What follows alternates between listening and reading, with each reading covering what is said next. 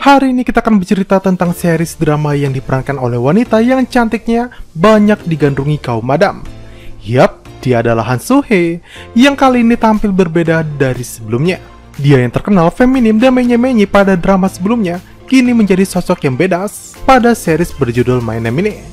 Drama yang awalnya berjudul Undercover ini menarik banyak sekali peminat dan menduduki peringkat 4 di Netflix. Walaupun menurut Mimin pribadi, pengambilan cerita dan tema dalam drama ini cukup mainstream karena banyak yang menyajikan cerita serupa. Tapi bedanya, chemistry yang dibawakan dari setiap karakter pada drama ini mampu membuat drama ini terlihat menjadi lebih baik. Mayoritas mereka pada drama ini jarang berperan dalam drama ataupun film bergenre action, tapi mereka mampu menyajikan akting dengan baik. Semua itu tak lepas dari jerih payah mereka yang sampai mengikuti sekolah singkat atau kelas akting khusus action selama 2 bulan. Yang bahkan dalam waktu tersebut mereka harus membentuk otot sampai menambah atau mengurangi berat badannya. Oke, sebelum kita masuk ke cerita, buat yang tak ingin kena spoiler, kami persilakan untuk close video ini. Dan buat yang ingin lanjut mendengarkan alur ceritanya, jangan lupa untuk menekan tombol subscribe-nya terlebih dahulu ya. Karena subscribe dari Anda sangat berarti untuk keberlangsungan channel ini. Awal series ini dibuka dengan kehidupan seorang gadis bernama Yoon Ji-woo yang hidup sendirian padahal dirinya masih berstatus pelajar SMA. Setiap harinya dirinya selalu dipantau oleh polisi bernama Jin-se yang berharap ayah Ji-woo ini datang untuk menemui anaknya. Yang rupanya ayah Ji-woo ini adalah buronan kelas kakap yang merupakan orang nomor 2 di sebuah organisasi gembong narkoba terbesar di Korea. Dan statusnya sebagai anak pengedar narkoba tersebut membuatnya dibully oleh teman-teman sekelasnya. Bahkan, tidak sekedar bully, mereka melakukan perundungan dan kekerasan fisik kepada Ji-woo. Nah, guru yang tahu akan hal itu pun lebih memilih menutup mata dan malah menyuruh Ji-woo untuk keluar dari sekolah atas permintaan orang tua murid lainnya. Dan karena merasa tak tahan, Ji-woo pun balik menghajar mereka dan keluar dari sekolahnya. Dan di tengah kesedihannya, Ji-woo menelpon ayahnya, meminta untuk mendapat apa yang anak lain dapat. Sampai akhirnya, karena kesal, Ji-woo mengatakan kalau dia tidak akan menganggap ayahnya lagi. Dan hal ini pun membuat ayah Ji-woo yang bernama Dong-hun ini pun akhirnya nekat pulang ke rumah untuk menemui anaknya, walaupun anaknya dijaga ketat oleh kepolisian. Dan tragedi pun terjadi di sini. Setelah menghajar para polisi, di depan pintu rumahnya, tiba-tiba seseorang datang membunuhnya. Ji-woo yang melihat dari balik pintu terus saja menangis, tapi Dong-hun berusaha melindungi anaknya agar tidak keluar dari pintu tersebut dan menjadi korban selanjutnya. Saat pemakaman, Ji-woo merasa bingung karena ada sekelompok mafia datang ke pemakaman ayahnya, dan Ji-woo menganggap para mafia tersebut adalah rekan ayahnya dan menanyakan kasus pembunuhan ayahnya. Tapi sang ketua bernama Choi Mu-jin memilih untuk tetap merahasiakannya. Lalu karena merasa tidak adil, dan laporannya pun malah diabaikan oleh polisi bernama Jin-se, Ji-woo pun berniat membalas dendam mencari sang pembunuh ayahnya sendiri. Dia pun datang menemui Mu-jin untuk memintanya membalaskan dendamnya, tapi sekali lagi Mu-jin malah menolaknya. Walaupun di sini diperlihatkan ada foto kedekatan antara Mu-jin dan ayahnya Ye-jin. Sampai suatu hari Ye-jin melihat seorang pria tua mendatangi rumahnya, dan dia pun mencari orang tersebut dengan memasang selembaran dan akan memberikan uang imbalan. Tapi sayang, hal itu malah memancing kelompok perampok untuk menipunya dengan mengatakan dia mengenal orang yang dicari oleh Ji-woo. Dan benar saja, ketika bertemu, mereka merampas uang Ye-jin dan memukulnya hingga pingsan. Untunglah Mu-jin tiba-tiba datang dan menolongnya, lalu membawanya ke tepian danau. Di sini, Ji-woo pun kembali meminta tolong agar dirinya bisa membalas dendam apapun caranya. Dan kali ini akhirnya Mu-jin mau menolong, tapi sebelum itu, dia mau mengajarkan Ji-woo sesuatu dan cara untuk dapat membunuh orang. Dia pun membawa Ji-woo ke sebuah markas tempat latihan para petarung jalanan miliknya dan menitipkan Ji-woo agar dapat berlatih di sana. Lalu karena Ji-woo adalah anak baru dan seorang wanita, bukannya berlatih, dia malah mendapat diskriminasi menjadi pesuruh di sana. Walaupun begitu, sesekali Mu-jin datang langsung memantau untuk mengajarkannya cara bertarung secara langsung. Sampai suatu hari sesuai aturan di sana, Mu-jin secara rutin menggelar pertarungan bebas. Semua orang bertarung sampai akhirnya tersisa 2 orang terkuat, yakni Ji-woo dan juga Gang Jae. Tapi karena secara teknik Ji-woo lebih baik, dia pun dapat memenangkan pertandingan. Rupanya hal ini malah memancing iri hati di hati Gang Jae, apalagi dirinya dikalahkan oleh seorang wanita. Dia bersama sahabatnya merencanakan kejahatan, dengan memberi narkoba penenang di dalam minuman Jiu. Dan di saat rencananya berhasil, mereka pun datang untuk memperkosa Jiu. Tapi untunglah Jiu dengan kondisi sadar tidak sadar dapat lolos dari kejahatan itu, walaupun dirinya harus terluka parah. Dan mengetahui hal itu, tangan kanan Mujin bernama Taeju membawa Gang Ji ke hadapan bosnya. Mujin pun menjadi marah, kenapa bisa Gang Ji hendak berbuat jahat terhadap orang yang ia bawa secara langsung dan menjadi orang kesayangannya seperti anaknya sendiri. Itu sama saja Gang Ji tidak menghargainya. Lalu karena masih merasa kasihan, akhirnya Mujin pun hanya memberikan bekas luka di wajah Gang Ji saja. Dan setelah kejadian itu, Taejin memperingati Jiu agar mengakhiri semuanya saja dari sekarang karena dia tahu segalanya dan pernah dekat dengan ayahnya. Selain itu, Mujin juga menyuruh Jiu untuk hidup dengan bebas dengan memberinya identitas baru bernama Yejin. Dan Jiu dipalsukan telah meninggal dunia. Dia yang sekarang bernama Yejin diberikan sebuah pistol dan Mujin mengatakan kalau itu adalah pistol si pembunuh. Yejin juga ditato sebagai sebuah tanda kalau dirinya kini resmi sebagai anggota mafia Dongcheon. Setelah bertahun-tahun berlalu, kini Yejin berhasil masuk menjadi seorang polisi muda yang hebat. Bahkan dirinya berhasil menjatuhkan geng pengedar narkoba dengan mudahnya, yang padahal tim Satres Narkoba sendiri sudah mengawasinya selama 6 bulan. Yejin yang berada di tim kriminal pun berdebat mengenai siapa yang berhak membawa buronan dengan polisi bernama Pildo dari bagian Satres Narkoba. Dan hari itu adalah hari pertama pertemuannya dengan Pildo. Di sisi lain, Mujin yang telah dikhianati akhirnya memutuskan untuk membunuh distributor penghubung barang-barang haramnya. Balik ke Yejin, ternyata kini dia dipindahkan ke satuan Satres Narkoba, yang otomatis dia kini menjadi rekan saingan debatnya Pildo. Dan tidak hanya itu, ternyata dia menemukan seseorang yang pernah mendatangi rumahnya dulu setelah kematian ayahnya. Dan dia adalah atasannya sendiri bernama Cha Gi-ho. Karena hal itu, Yejin pun menemui Mujin sekali lagi, membawa sebuah teh komamil untuknya. Yejin menceritakan kalau kini dia dipindahkan ke Satres Narkoba. Dia menemukan kalau pembunuh ayahnya berkaitan dengan Cha Gi-ho.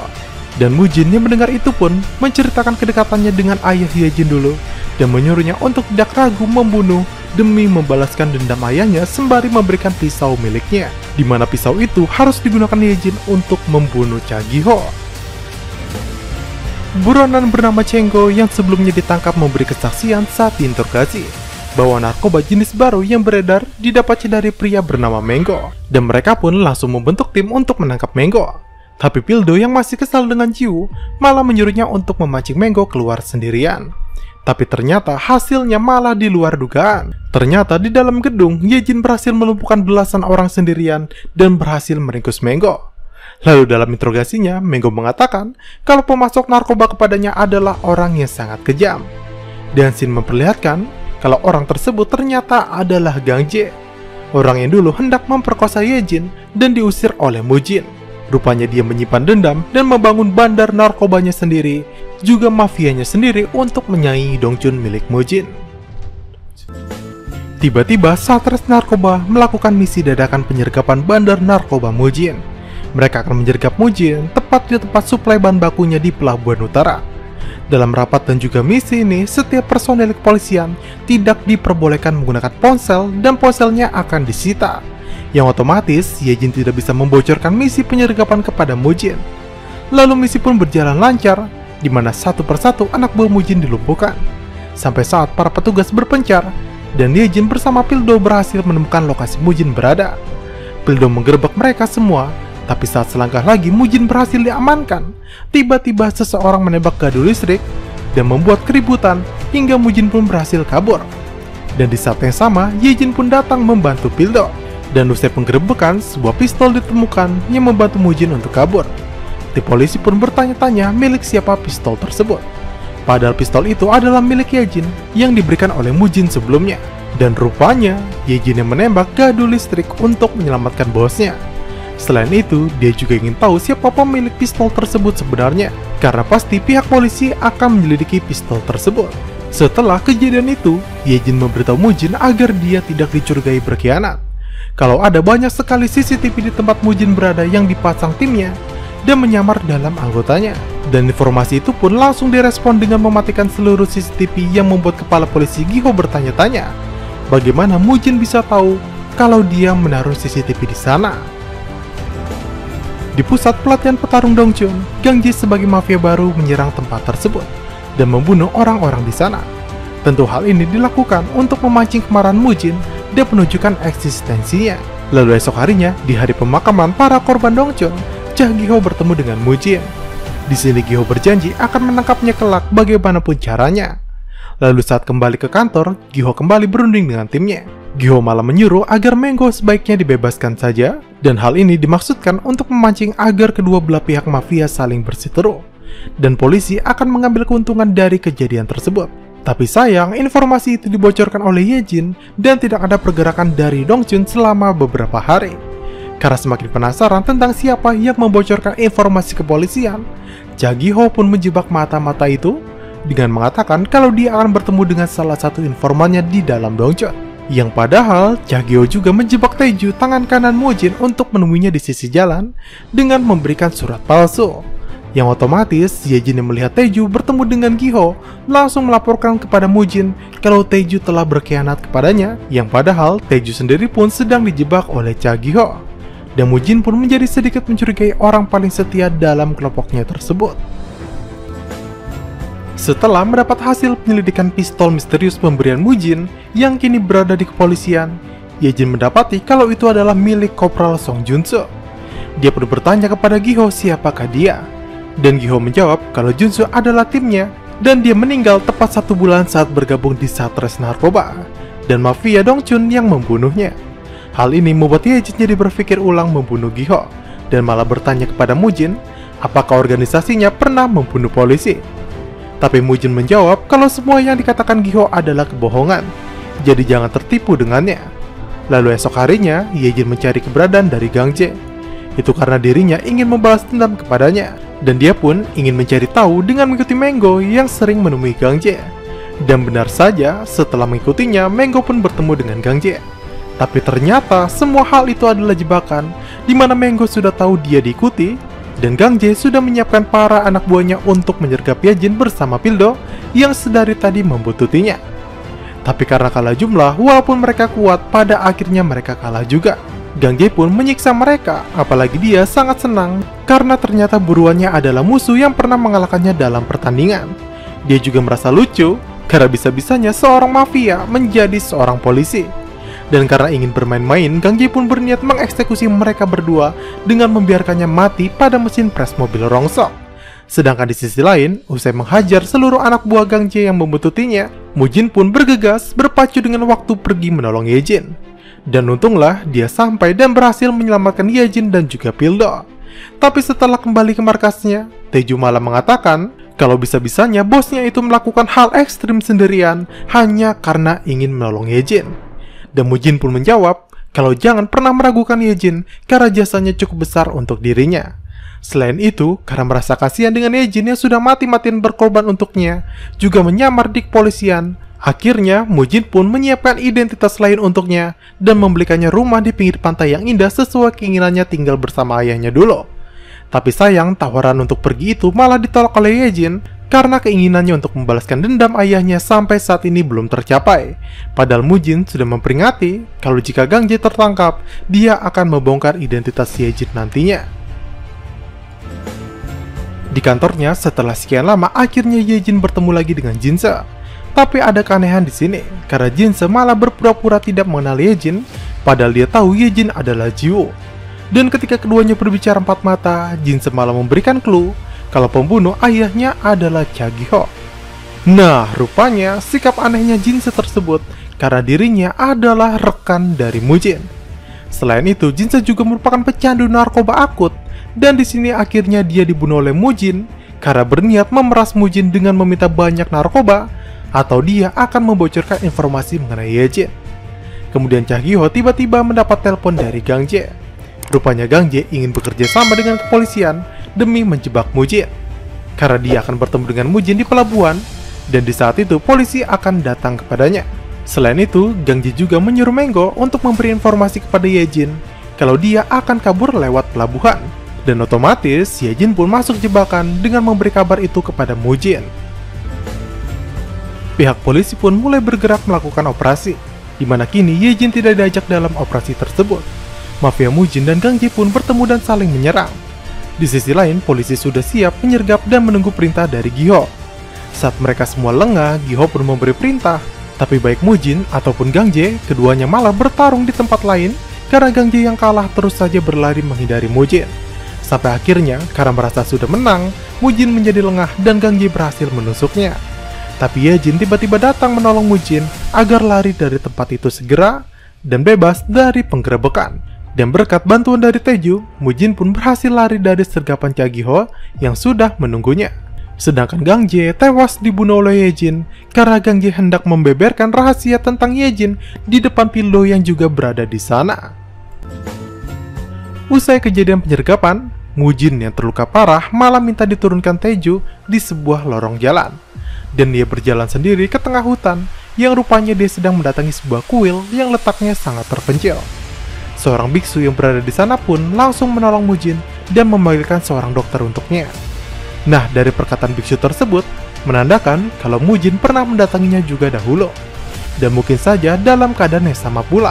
Nah, sepertinya alasan Mujin memilih mendatangi tempat terpencil tersebut ialah agar dirinya lolos dari kepolisian. Karena setelahnya, kepolisian yang mencarinya yang sedang terluka bahkan memeriksa semua dokter yang ada dalam radius perjalanan Mujin untuk diperiksa. Jadi jika Mujin pergi ke tempat terpencil, bahkan sebuah kuil, polisi tidak akan mencurigainya. Nah, di sisi lain, Yejin terus saja dihantui rasa bersalah setelah membunuh Gangje. Dan untunglah Pildo datang untuk menemaninya dan sekedar berbagi keluh kesah kepadanya. Pildo juga bertanya, mengapa Yejin terlihat kaku dan sebenarnya apa yang ia sukai? Dan di sini Yejin menjawab kalau ia sangat menyukai duduk di tepian pantai. Dan jawaban ini sebenarnya adalah janji dan kebiasaan bersama ayahnya dulu. Kemudian ternyata Pildo mendengar percakapan Gangje dan Yejin saat mereka ditangkap. Tapi di sini ia tidak curiga apapun kepada Yejin. Dan Yejin hanya menjelaskan kalau mengapa dia bisa merasa dendam kepada Gangje. Itu karena dirinya pernah diberi narkoba penenang dan hampir diperkosa olehnya. Dan Pildo pun mengerti perasaan Yejin tanpa banyak bertanya. Karena toh dia tahu rasanya karena adiknya meninggal dengan kasus yang hampir serupa. Dan disinilah mulai timbul ikatan batin antara Pildo dan juga Yejin. Sebelum kematiannya, Gangje sempat mengirimkan sebuah foto dan terungkap kalau ternyata ayah Yejin adalah seorang polisi. Lantas, hal ini membuat Yejin penasaran dan menemui Mujin yang kebetulan menelponnya. Yejin pun datang ke kuil dan langsung bertanya. Tapi Mujin menjelaskan kalau apa yang dikiranya tidak benar. Ayah Yejin memang seorang polisi, tapi karena mereka bersahabat, ayah Yejin berkhianat kepada polisi dan bergabung bersamanya. Dan itulah mengapa Chagiho begitu terobsesi kepada organisasi Dongcheon. Di sisi lain, usai minum-minum bersama Chagiho, Pildo mengantarnya pulang. Belum lama beranjak pergi dari apartemennya, malah terdengar suara letusan tembakan. Rupanya Chagiho sudah terkapar dengan banyak luka tusuk karena hendak dibunuh oleh orang suruhan Mujin. Dan Giho salah menembak Yejin yang dikiranya adalah orang yang berniat membunuhnya. Di sini Yejin mengatakan kalau dia anak dari orang yang ia bunuh 5 tahun lalu. Dan mendengar hal itu, Chagiho pun terkejut sambil menangis. Dan sebelum Pildo datang ke sana, Giho memberikan sebuah berkas kepada Yejin dan menyuruhnya untuk lari. Yejin pun berhasil lari dan di rumahnya dia mengecek isi berkas tersebut. Yang rupanya berkas itu adalah laporan-laporan intelijen yang dibuat oleh ayahnya dulu kepada kepolisian. Yang membuktikan kalau sampai akhir hayatnya, Donghun adalah seorang polisi bukan seorang mafia. Dalam berkas itu juga ada bukti pembayaran pemakaman yang dibayarkan oleh Giho dan kepolisian. Ini membuktikan kalau selama ini Yejin atau Jiwoo telah salah mengira mafia Dongcheon lah yang berada di sana. Dan tangis pun pecah saat ia melihat surat terakhir dari ayahnya yang dibuat khusus untuknya jika ayahnya ini meninggal. Lalu selain tangisan, Yejin pun semakin kesal karena selama bertahun-tahun dia telah dibohongi oleh Mujin dan malah setia kepada Mujin. Ia kecewa kepada dirinya sendiri karena bisa-bisanya dia menjadi anjing pesuruh orang yang telah membunuh ayahnya. Di sisi lain, Mujin pun teringat bagaimana dirinya bisa membunuh Donghun dahulu. Itu karena ia dikhianati Donghun yang ia percayai sebagai tangan kanan, tapi malah menusuknya dari belakang dengan diam-diam menaruh alat pelacak di korek apinya dan membocorkan segala bentuk operasi mafia Dongcheon kepada kepolisian. Untunglah Chagiho dapat diselamatkan dan kini keadaannya koma di rumah sakit. Sedangkan Yejin di rumahnya malah hendak dibunuh oleh Taeju yang berinisiatif membunuh Yejin karena sekarang Yejin tahu kebohongan Mujin. Tapi sayang, aksinya malah gagal dan Yejin berhasil melumpuhkan mereka. Di sisi lain, Mujin tiba-tiba menyerahkan diri ke kepolisian. Rupanya Mujin sengaja melakukan itu untuk mengetes apakah Yejin masih setia kepadanya ataukah tidak. Apalagi sekarang Yejin menjadi buronan karena kepolisian sudah melihatnya berada di TKP kejadian percobaan pembunuhan Chagiho dan dia disalahkan atas kejadian itu, padahal pelakunya adalah Taejo. Posisi Yejin pun menjadi terdesak dan jalan satu-satunya untuk membuktikan dirinya tidak bersalah adalah kesaksian dari Chagiho itu sendiri. Tapi Chagiho sampai saat ini masih terbaring koma. Selain itu, bukti panggilan telepon Yejin pun kini sudah dapat membuktikan kalau dia berkomunikasi dengan Mujin. Dan setelah itu, Yejin menyelinap di kepolisian untuk mencuri barang bukti kasus Mujin terhadap Gang J agar Mujin tidak masuk penjara.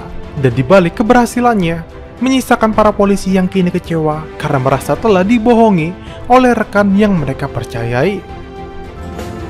Rasa senang karena Yejin masih setia kepada Mujin pun hancur karena rupanya Yejin membunuh Taejo dan mengirimnya ke tempat latihan petarung Dongcheon. Di sisi lain, Pildo yang tahu Yejin akan menaruh abu ayahnya ke pemakaman langsung menyusulnya, dan benar saja ia menemukan Yejin dan berhasil menangkapnya. Lalu esok harinya Pildo ditelepon oleh Chagiho yang kini sudah tersadar dari komanya. Mendengar Yejin ditangkap atas kasusnya, Chagiho pun menjadi kecewa dan menceritakan kalau bukan Yejin lah pelakunya. Ia juga mengatakan kalau Yejin juga korban selama ini dan dia adalah anak dari Donghun, polisi yang dikirimnya kepada Dongcheon. Dan selama ini Yejin dibohongi dan diperalat oleh Dongcheon untuk membalas dendam kepada kepolisian yang harusnya Yejin balas dendam kepada Dongcheon itu sendiri. Dan mendengar penjelasan itu, Pildo pun menjadi merasa bersalah dan tidak tega kepada Yejin. Apalagi, kini dia tahu alasan Yejin membebaskan Mujin sebelumnya bukan karena ia ingin membantu Mujin, melainkan ingin membunuh Mujin dengan tangannya sendiri. Dan karena prihatin itulah Pildo mencegahnya untuk bekerja sendiri. Dia berjanji akan membantunya. Dan di saat pembicaraan itu, anak buah Mujin tiba-tiba datang yang membuat mereka pun kabur. Dan mereka pun bersembunyi ke suatu tempat, yakni sebuah pantai dengan sebuah rumah peristirahatan milik temannya Pildo. Rupanya alasan mereka datang ke sana itu karena Pildo menepati janjinya setelah mendengar apa yang Yejin sukai, yakni duduk beristirahat di tepi pantai, dan ia mengajaknya ke tempat itu. Di tempat peristirahatan itu bukannya semakin merasa tenang, mereka malah semakin panas. Bukan karena dikejar mafia, tapi karena mereka tidak tahan menahan. Begitulah ya, pasti kalian ngerti lah ya. Yejin sendiri untuk pertama kalinya mengeluarkan ekspresi di wajahnya kepada Pildo karena dia percaya kepada Pildo yang dianggapnya sebagai satu-satunya orang yang dapat mengerti keluh kesahnya. Apalagi Pildo berjanji untuk selalu melindunginya dan bersama-sama menangkap Mujin. Dan terlihat di sini sebagai tanda kekecewaan Yejin kepada Dongcheon, ia menghapus tato Dongcheon dengan membakarnya. Lalu esok harinya saat mereka kembali ke kepolisian untuk bertugas, tiba-tiba seorang pemotor langsung menembakkan pistolnya tepat ke kepala Pildo.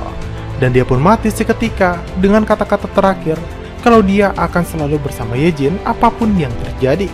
Lantas hal ini sekali lagi semakin memupuk dendam di hati Yejin karena untuk kesekian kalinya orang yang ia sayangi harus merenggang nyawa. Dengan perasaan dendamnya begitu besar, Yejin sendirian datang ke markas mafia Dongcheon. Ia menghajar dan membunuh orang-orang di sana, sampai akhirnya dia sampai ke tempat Mujin berada. Tapi sebelum itu, ia menyisakan satu peluru yang akhirnya ia gunakan untuk membunuh pengawal Mujin yang terakhir. Mereka pun akhirnya bertarung mati-matian, dan ini merupakan callback pertarungan pertama mereka, di mana Mujin lah yang mengajarkan Yejin cara bertarung dengan benar. Dengan banyak darah, pertarungan terlihat cukup melelahkan, sampai akhirnya Mujin memutuskan untuk mengakhiri pertarungan dengan menggunakan pistol yang dibawa oleh Yejin. Tapi sayang hal itu gagal, karena pistol tersebut sudah tidak ada pelurunya, dan Yejin pun langsung menikamnya dengan keras menggunakan pisau. Dan akhirnya pertarungan pun dimenangkan oleh Yejin atau Jiwoo. Nah, usai kejadian itu, beberapa bulan berlalu, dan Yejin kembali mendatangi pemakaman ayahnya, dan kini juga dia mendatangi pemakaman Pildo untuk memberikannya suatu penghormatan. Dan series berjudul My Name ini pun berakhir sampai di sini.